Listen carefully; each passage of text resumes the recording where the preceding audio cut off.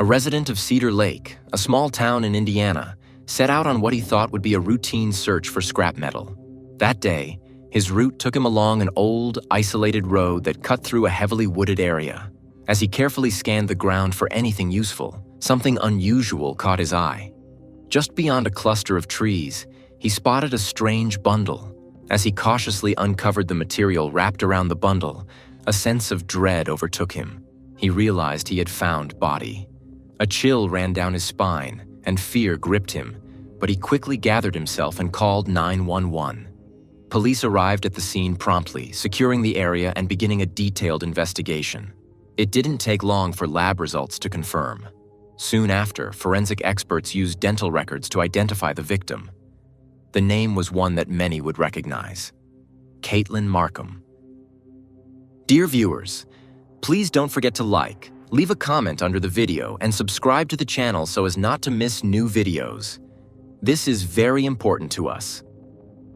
Today, we will examine real photos and uncover the chilling case of Caitlyn Markham, who was born on August 16, 1989, in Fairfield, Ohio, a quiet and close-knit community where she spent her formative years surrounded by love and warmth. She grew up in a household filled with laughter and support, nurtured by her devoted parents and sharing a special bond with her younger sister. From an early age, it was clear that Caitlyn possessed a magnetic personality, one that naturally drew people toward her. Even as a child, she demonstrated an uncanny ability to connect with others, especially those who were shy or hesitant to make friends. On the playground, she would be the first to approach the quietest kids, her infectious enthusiasm quickly dissolving their hesitations, and within minutes, she would have them laughing and playing as if they had known each other forever. Beyond her ability to foster connections, Caitlyn had a deep creative streak. She found solace and joy in expressing herself through various artistic mediums. Drawing, painting, and singing were among her favorite pastimes. Her artistic talent was evident early on, and as she grew, it became more than just a hobby. It became a defining part of who she was. Her passion for creativity guided her academic pursuits, and after completing high school, she made the decision to study graphic design at a local university. It was a natural choice for someone so deeply in tune with artistic expression, and she was determined to carve out a career where she could merge her talent with her ambitions. The summer of 2011 was meant to mark an exciting and transformative chapter in Caitlyn's life. She was in the final stretch of her university journey, preparing for her last set of exams.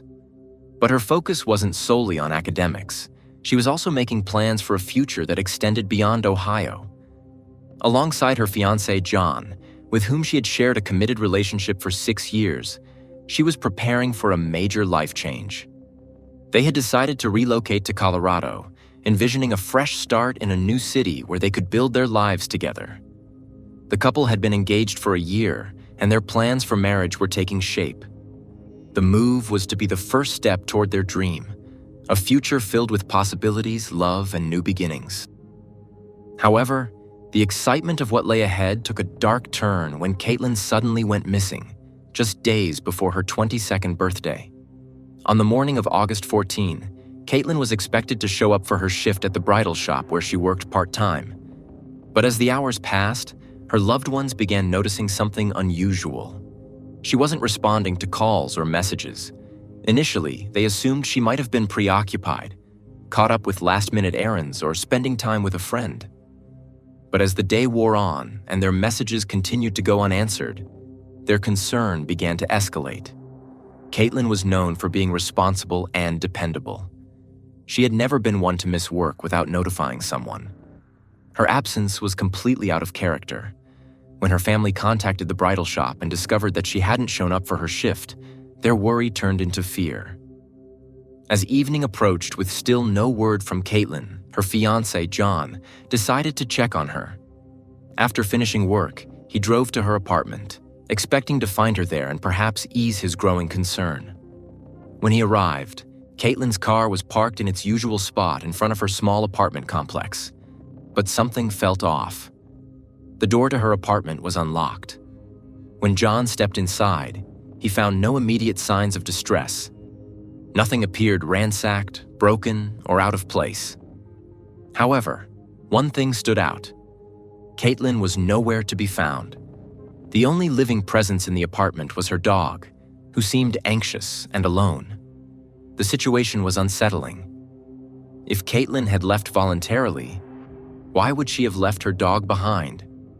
And more disturbingly, why were her personal belongings, including her wallet, keys, and ID, left inside?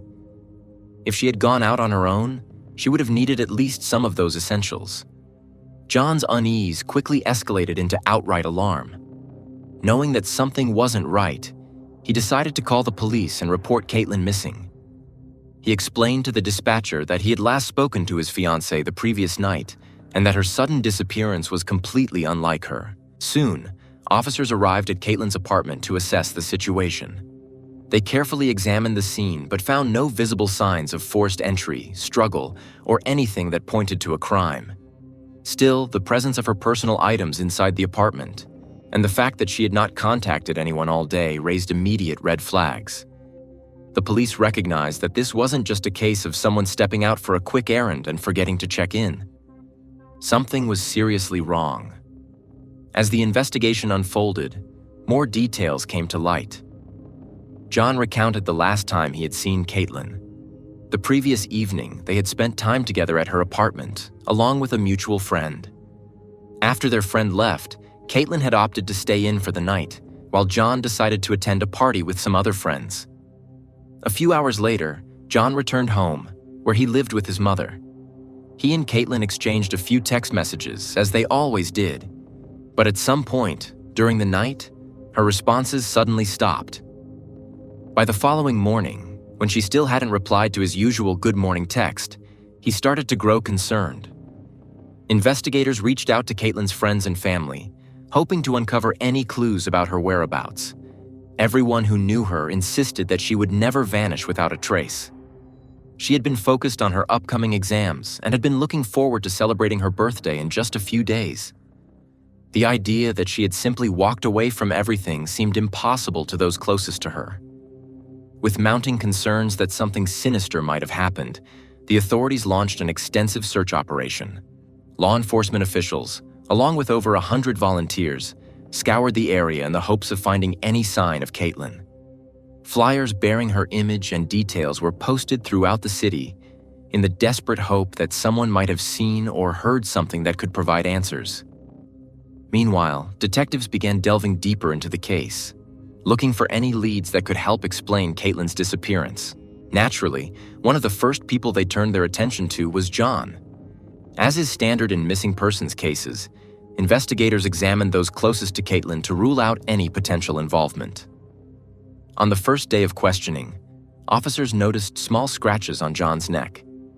When asked about them, he quickly brushed them off, claiming they were the result of him accidentally scratching himself while shaving. Investigators took note of this detail but did not immediately draw conclusions. They also asked John to take a voice stress test, a technique that analyzes recorded responses to detect signs of deception. The results, however, were inconclusive. Detectives couldn't determine whether he was being untruthful or merely overwhelmed by the stress and anxiety of his fiancée's unexplained disappearance. From the very beginning, John had been actively participating in the search efforts, answering all of the police's questions without hesitation. He even gave multiple interviews to local news stations, which had quickly picked up on the case, turning Caitlyn's disappearance into a widely discussed story within the community and beyond. Investigators proceeded to verify John's alibi. Their inquiries confirmed that he had indeed attended a party with friends on the night in question. Further forensic analysis of his computer data corroborated his statement that he had returned home afterward and watched a movie on his laptop. Detectives also questioned the mutual friend who had visited Caitlyn and John earlier that evening. The friend confirmed that he had been with them at Caitlyn's apartment and that their conversation mainly revolved around Caitlyn's upcoming exams and her impending move to Colorado with John. However, he noted something peculiar. Caitlyn had seemed quieter than usual, more reserved, as though something was weighing on her mind. She had spent most of the evening studying on her laptop, and while he initially assumed she was just stressed about her exams, in retrospect, he couldn't help but wonder if something else had been troubling her that night. With John's alibi appearing solid, detectives began shifting their focus toward other possible leads. They obtained a warrant to track Caitlyn's phone activity, which revealed a crucial detail. Her phone had been turned off at precisely 12 a.m. that night. From that moment forward, there was no further activity. However, the records also showed that she had sent John a photo just half an hour earlier, a detail that aligned with his account of their final conversation. Despite their best efforts, the investigation yielded no additional clues, and the mystery surrounding Caitlyn's whereabouts deepened. As concern mounted, the search efforts intensified. More volunteers poured in, eager to assist, while national media outlets began picking up the story, bringing even greater attention to the case. Search teams methodically combed through dense forests, drained bodies of water, and investigated abandoned buildings. Law enforcement expanded their radius, covering miles of terrain in the desperate hope of finding any trace of Caitlyn. But days turned into weeks, and still, there was nothing. No footprints, no clothing, no eyewitness accounts that could place her anywhere. It was as if she had vanished into thin air. John continued to play an active role in the search, but as time passed, public perception began to shift. Small-town rumors spread like wildfire, and whispers of suspicion began to surround him. Some believed that his involvement in the search efforts was an act, an attempt to cover his tracks. The rumors only intensified when Caitlyn remained missing with no clear evidence pointing to any other suspect. Eventually, the murmurs reached John himself. Though he publicly maintained his composure, stating that his sole focus was finding Caitlyn, the accusations took a toll on him. He admitted in interviews that the constant suspicion frustrated him, especially since he had done everything to cooperate with the authorities. Once, while putting up missing person flyers in town, a stranger approached him and casually remarked that, "It's always the boyfriend." The woman didn't realize she was speaking directly to John himself. Despite the mounting rumors, the investigators made it clear that there was no concrete evidence linking John to Caitlyn's disappearance. His alibi was airtight. He had willingly allowed police to search his home without a warrant. He had never attempted to evade questioning. He had done everything that was asked of him. Nevertheless, the town's suspicions were difficult to quell. With no other viable suspects, people found it easy to place blame on the person closest to Caitlyn. The search for Caitlyn persisted for months, but as winter approached, investigators were forced to scale back their efforts. The case was growing colder with each passing day. With no new leads, the police decided to redirect their focus to the investigative side, hoping that fresh evidence or new tips would break the case open. By this time, Caitlyn's disappearance had gained national attention, leading to an overwhelming number of tips being called into the police department. Detectives meticulously followed up on each one, but time and time again, the leads amounted to nothing. Even as authorities increased the reward for information, eventually reaching $50,000, no one seemed to have any credible knowledge of what had happened to Caitlyn Markham. It was as if she had vanished without a trace. For nearly a year, the case remained at a frustrating standstill.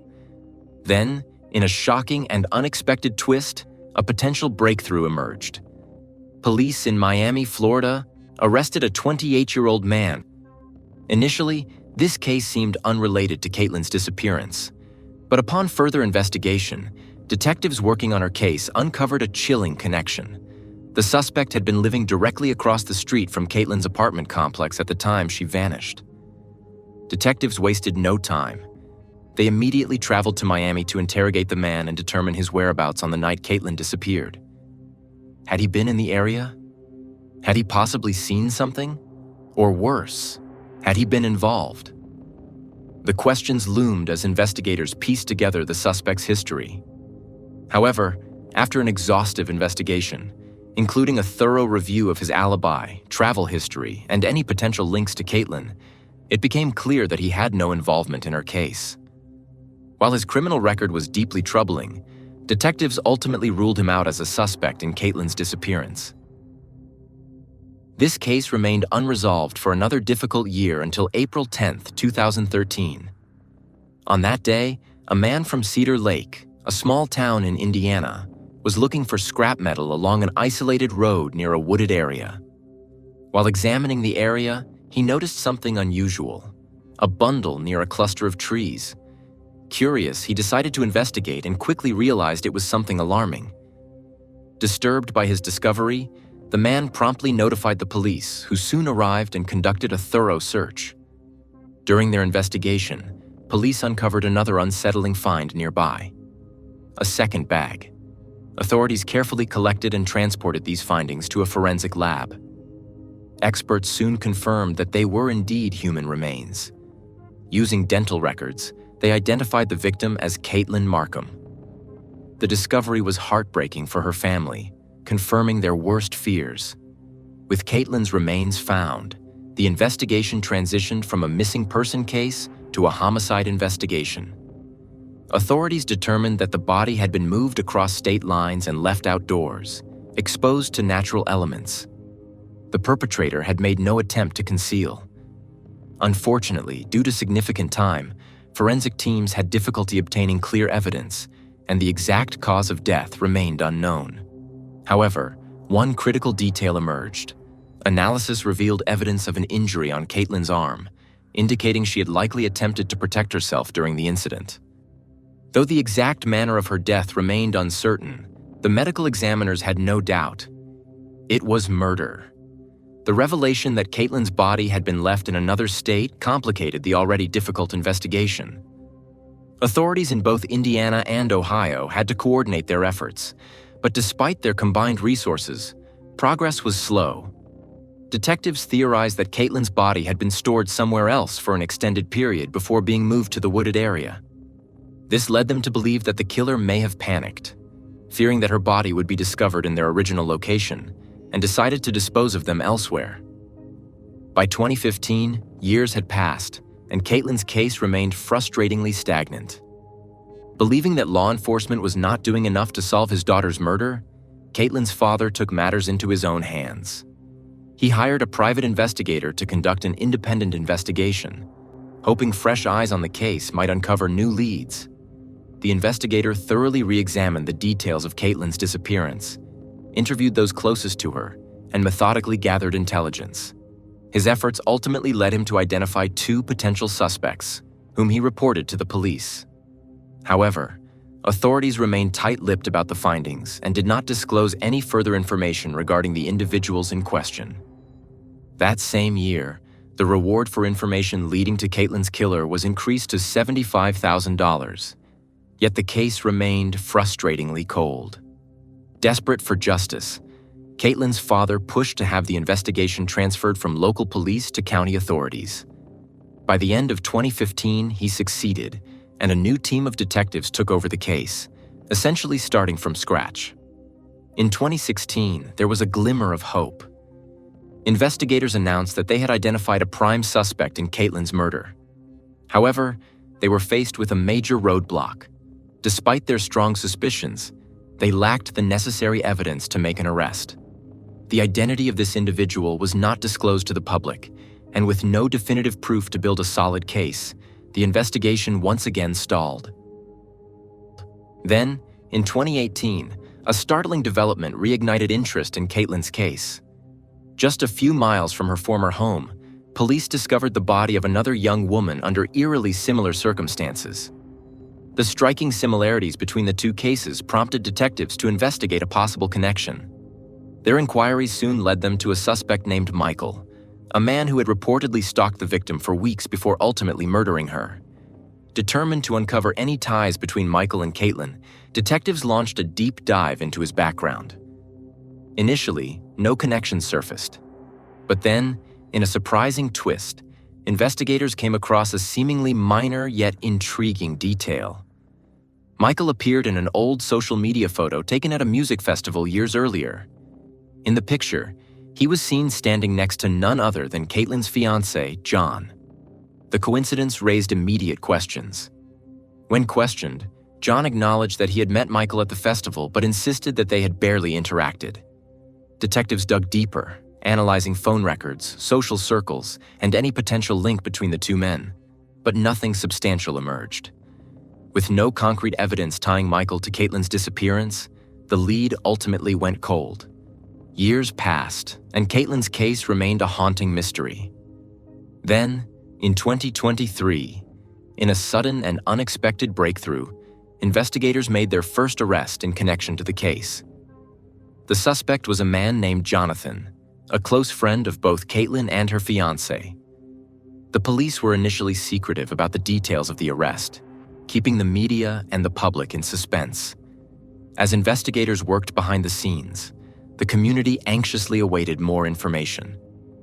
When the case was handed over to the county police, the new team of detectives took a fresh approach, meticulously re-examining all the existing evidence. Almost immediately, they found John's behavior deeply suspicious, particularly his 911 call reporting Caitlyn's disappearance. The investigators noted that his words sounded unnatural, almost as if he were reading from a script. His tone lacked genuine distress, and his statements seemed overly calculated. The same unsettling impression arose when they reviewed his initial conversation with the patrol officer who responded to the call. Something about John's demeanor just didn't sit right. Determined to leave no stone unturned, the detectives next revisited recordings of interviews conducted with mutual friends of Caitlyn and John. Many of these friends had shared troubling observations back in 2011, but for some reason, these red flags had not been pursued aggressively by the original investigators. According to several accounts, in the months leading up to her disappearance, Caitlyn had confided in friends about serious problems in her relationship with John. She had considered breaking up with him, expressing concerns over his behavior, which had become increasingly erratic. His obsessive behavior had escalated. He became possessive.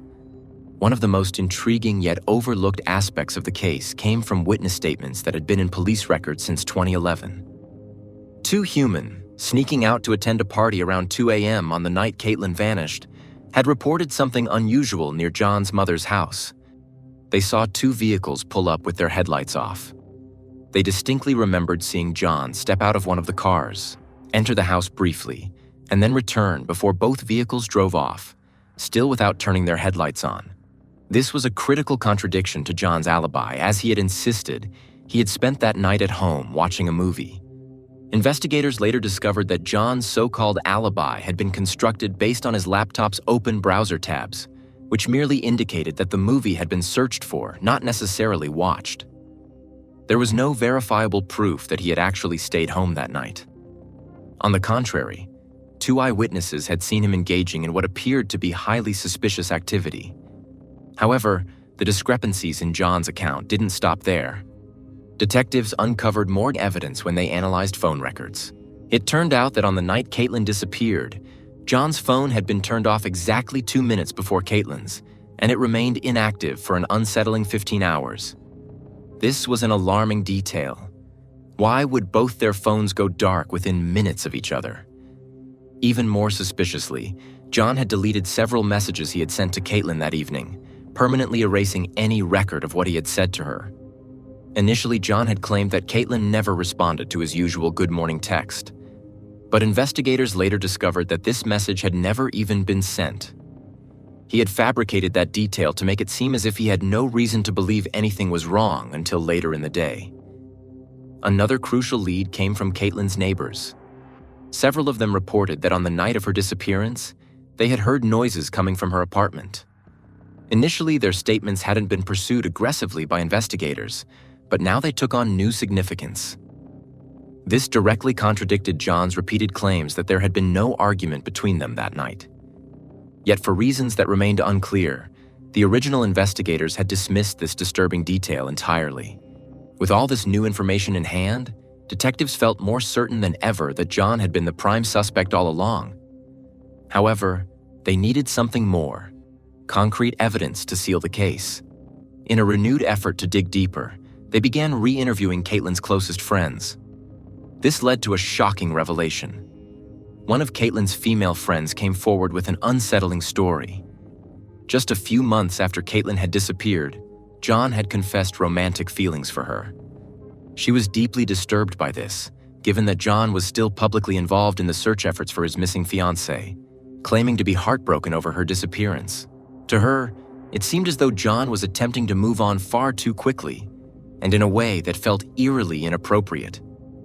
The detectives' investigation finally brought them to a critical juncture: the execution of a search warrant at John's mother's house, where he had been living at the time of Caitlyn's disappearance. Inside the house, they made a chilling discovery. In a storage area, they found a roll of black tarp that was identical to the material used to wrap evidence from the crime scene. This raised immediate alarm bells. If John had no involvement in Caitlyn's murder, why would such a crucial piece of evidence be found in his home? But what they uncovered in John's personal room was even more disturbing.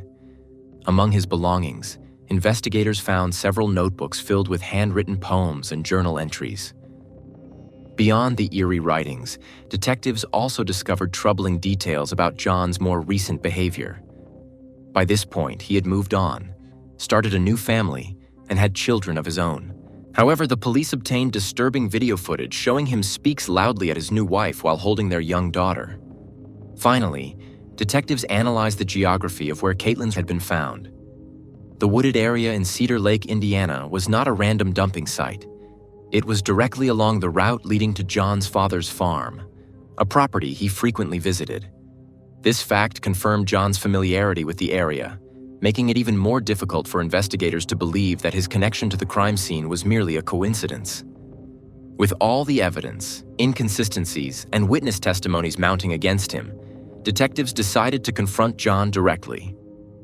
However, when questioned, he remained steadfast in his denial of any involvement in Caitlyn's murder.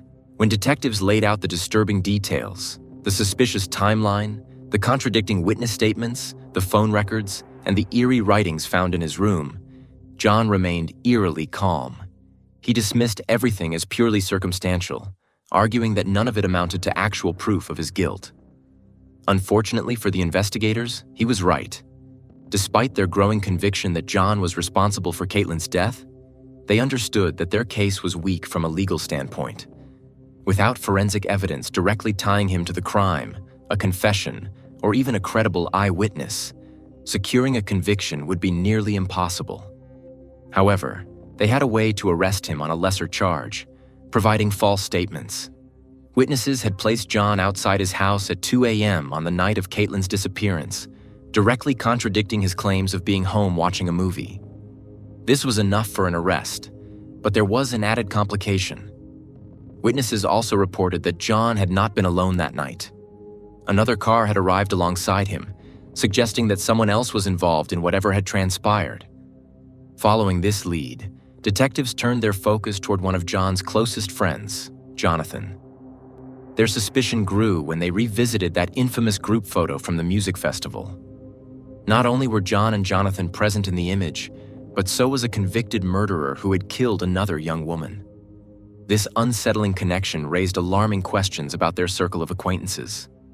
As investigators reviewed Jonathan's past interviews, they began to notice inconsistencies in his statements.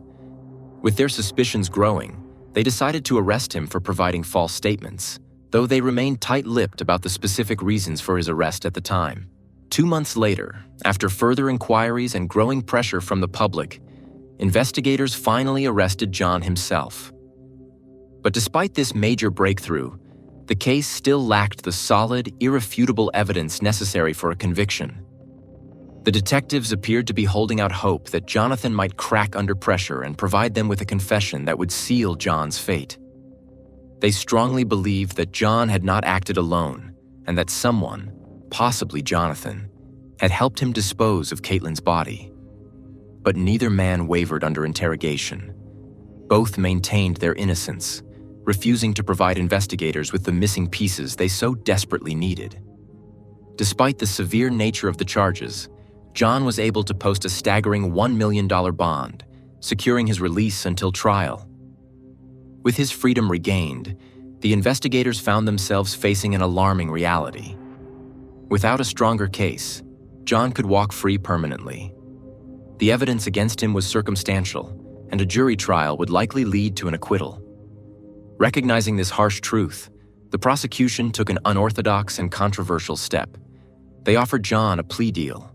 In a last-ditch effort to ensure some form of justice, prosecutors agreed to reduce the charge to third-degree murder in exchange for a guilty plea.